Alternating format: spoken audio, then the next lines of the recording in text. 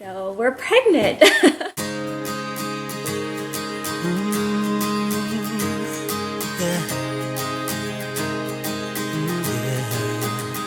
Bag of memories, my only luggage. I'm trying to travel like the way I love it. It feels so good to finally be able to share the amazing news with you guys. I'm going to be 18 weeks tomorrow, which means I have officially survived the first trimester. And it has definitely been a roller coaster of emotions. From the moment we found out, we pretty much experienced being scared, excited, thankful. The idea that we're gonna be responsible for another human life, it's really scary, I know what a blessing a child is. I know there's couples that go through, years of trying to have a baby, and it's really hard. So we're definitely very blessed and very grateful. We don't know if it's gonna be a boy or girl yet, which we do have another doctor's appointment this coming Friday. So we're hoping that the baby won't be shy and we'll be able to know what the sex is. I wouldn't say that my husband and I were officially trying to have a baby, but we kind of had like a baby bucket list going on, and it was so funny because our friends know us so well. As soon as they found out that we were going to Europe, they were like, so you guys are having a baby afterwards, right? Because they remembered us telling them that going to Europe was on our baby bucket list. I just didn't think it was gonna happen this fast, you guys. Like a week after we got back from London, I started just having like this gut feeling that I was pregnant. I don't know, it was really, really weird. So I took a pregnancy test without telling my husband, and it actually came back with like a really light, faint pink line. So I got online and started researching like, what does that mean? And basically everything I read was, if it has even the slightest hint of pink, then you're pregnant. But they said that you're not supposed to take it until after your missed period. So I had to wait a few more weeks. But then like 2 weeks after that, I was like, oh, I'm pretty sure I'm pregnant, because everything was tasting so salty, you guys, like to the point where I couldn't even eat. So after that, period was supposed to start and it never did. So I waited a couple of days and I took the test again, and this time it had a clear, blunt red line. I told my husband about it and everything, and I was like, okay, let me just double check. So I went and took another pregnancy test, which made it my third pregnancy test. And again, full red line, like I was clearly pregnant.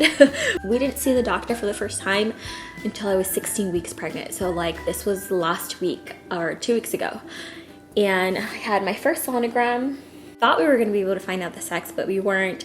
They just did a bunch of like blood tests, and they just made sure the baby was healthy and all of that. I think we were 8 weeks pregnant when we told our parents. And I made 2 little boxes, one for my mom and one for my in-laws. And inside of the box, when they opened it, there was a little baby sock and then also a little baby pacifier that had like a really funny quote on it. But it was really cute, and it was just like, say, Grandma and Grandpa saved this for me. I'll need this in February, which is when I'm due. And we had my mom and my mother-in-law open their boxes at the same time. We all stayed quiet and like watched them read the note. My mother-in-law started crying. My mom was so happy for us. It is going to be the first grandbaby on my husband's side of the family. So yeah, it was really fun telling our family. According to this app, the baby is about the size of a bell pepper, which is just such a random way of explaining stuff, but it really helps paint a picture for you to like give you a visual effect. Let me show you guys my bump.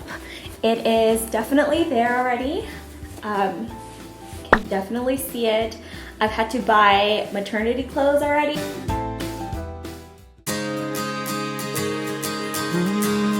I definitely ate a lot of watermelon. I like chips and salty things, but lately I've been wanting sweets like cheesecake and chocolate. Cheetos. I literally keep a bag of Cheetos next to my bed, you guys. I did not want to drink water in my first trimester. And you guys know I love my water. I have never had a problem drinking water, but my first trimester, like water and me, we were not friends. All I wanted was like carbonated drinks, probably drank way too much Coke. It's like all the things that I never used to eat or drink, I wanted and want. It's so bizarre.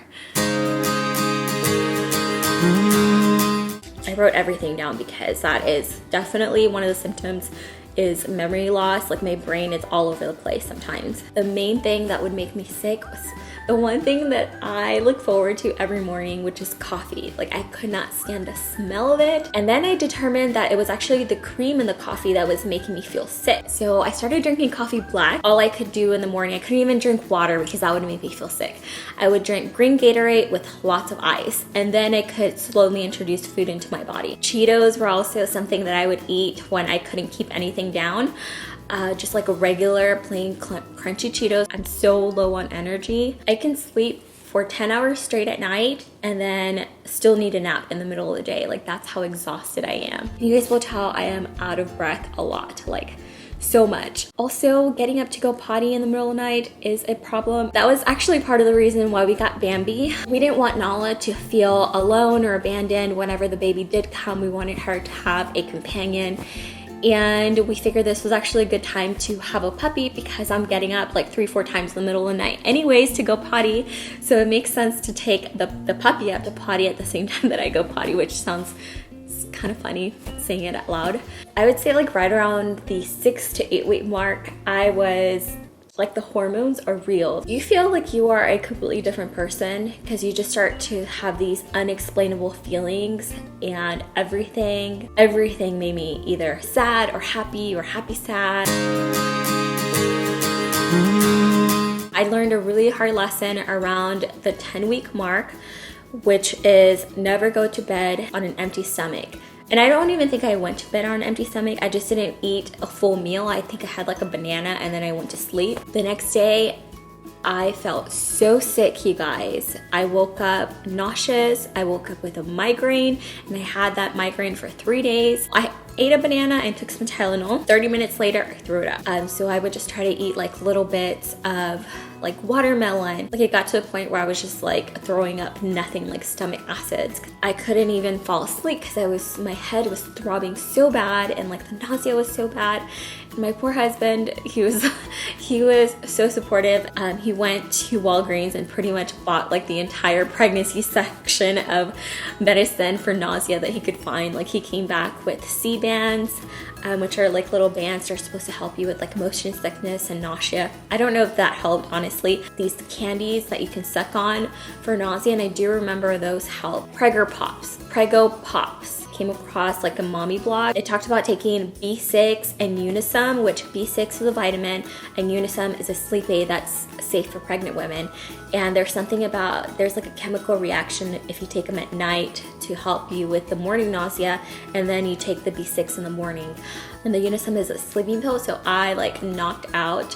And the next morning I woke up feeling so much better. I mean, my head was still kind of pounding, but I was able to eat without throwing up. Having my morning coffee, wine. You guys know how much I used to eat sushi. We had sushi Sundays. I think I have our baby names figured out. My husband and I have pretty much, we agreed like right away on the boy's name. Girl's name, we have a few name combinations that we're kind of still like, you know, testing out. As new parents, we welcome any advice you guys have as new mommies, or like things that you think that we need to prepare for a newborn. Also channels that you guys like watching, like mommy channels, because I've been really into that, like watching other mommies and things like that. I feel like it's just, you know, I'm starting a new chapter in our life and it's really exciting. I don't think my channel content is going to change too much. It's already kind of like more lifestyle than beauty at this point, so it's probably going to remain that way. I'm so happy that I finally got to share this news with you guys and I can talk about it and I can bring you guys in more. I stopped Snapchatting for a really long time because I didn't want to, you know, give away the fact that I was pregnant before having a chance to announce it to you guys. But I will be back on Snapchat and I'm going to let you guys go.